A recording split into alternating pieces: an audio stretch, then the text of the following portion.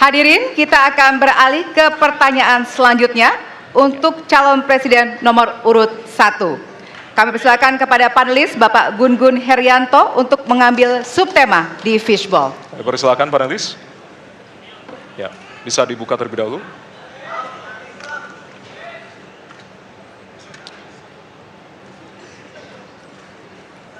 Tema ketiga adalah penanganan disinformasi dan kerukunan warga. Baik, kami persilakan untuk selanjutnya kepada panelis Bapak Hairul Fahmi untuk mengambil pertanyaan di fishball.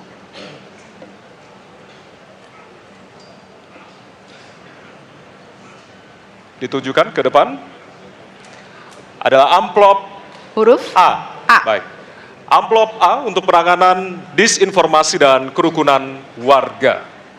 Baik. Pertanyaan untuk calon presiden nomor urut 1 adalah tema penanganan disinformasi dan kerukunan warga, huruf A. Kita lihat bersama, masih disegel, kita akan buka bersama.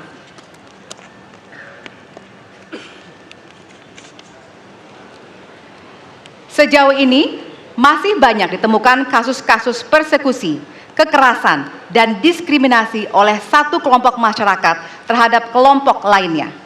Pertanyaannya, apa kebijakan Anda untuk melindungi warga negara dan memperkuat toleransi dalam masyarakat Indonesia yang majemuk? Waktunya 2 menit dimulai dari sekarang. Setiap pelanggaran hukum tidak boleh dibiarkan tak dihukum. Karena apabila dibiarkan, dia akan menular dan dia akan dianggap sebagai sesuatu yang benar.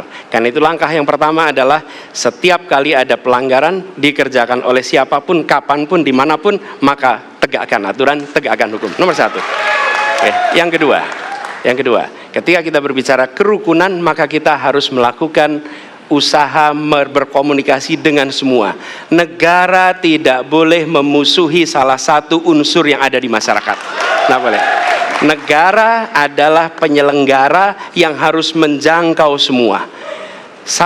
Kami mungkin tidak suka, mungkin tidak setuju dengan pikiran seseorang, tapi negara harus memberikan hak kepada dia untuk berbicara, termasuk untuk mengkritik. Sehingga ada ruang kebebasan kepada rakyat untuk menyampaikan pendapatnya.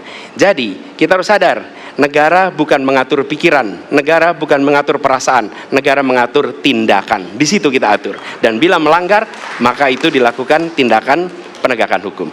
Lalu, ketika sampai kepada usaha untuk menjangkau semua, pasti komunikasi dilakukan. Tapi selalu saja ada peristiwa pelanggaran, ada peristiwa kekerasan, dan seringkali rakyat tak tahu kemana harus melaporkan.